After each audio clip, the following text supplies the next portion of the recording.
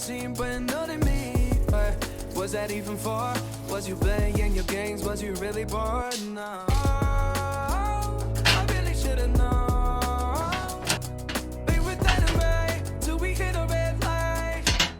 Guys, magawa na tayo ng chicken spread ng maaga kasi maaga yung trabaho namin bukas, guys. So mas maaga yung trabaho ko ay 3:30 in the morning. So kaya gusto ko nang gawin yung baon namin para bukas diretsuhan na. Ano lang, chicken spread lang naman yung gawin natin. As usual, ito pa rin mga ingredients. So ngayon gusto ko lagyan ng carrots. So i-food processor na natin to. At mabilis lang kasi naka-food processor naman siya. Madali lang to, guys. Gusto ko lagyan ng isa lang ba? Dalawin ko na lang kaya yung carrots, no?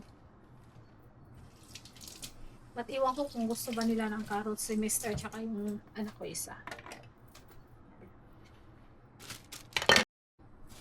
And then, lagyan na rin natin siya ng sibuyas.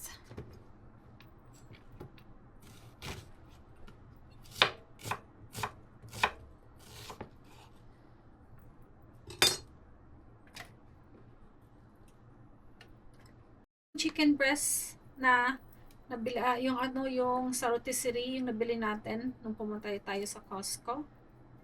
So nag-iwan ako ng konti para sa chicken spread natin.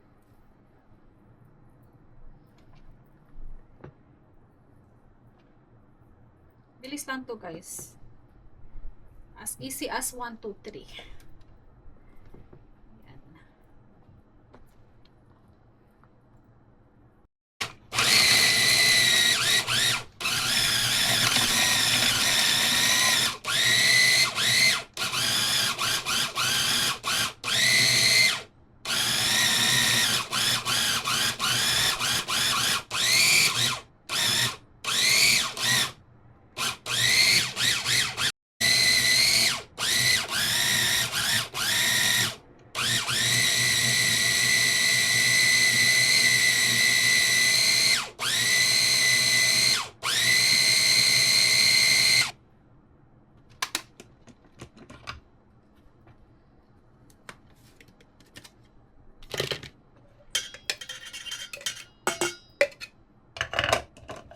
Timplahan na natin siya, guys. Lagyan natin siya ng mayo, mustard, and pickled relish. Yan. Madali lang naman tong gawin, guys. Diba, guys? Madali lang siyang gawin. As easy as 1, 2, 3.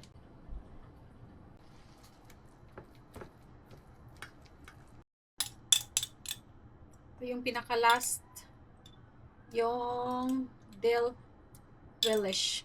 Ubusan na tayo, kunti na lang. So, kailangan nating magbili ulit.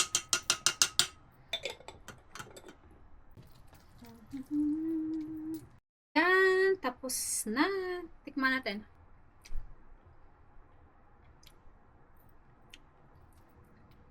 Sakto lang. Sakto lang siya, guys.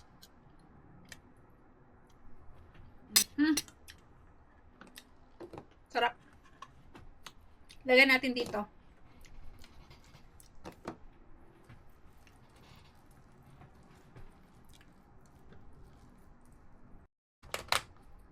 So, ito na yun, guys. Yung natin.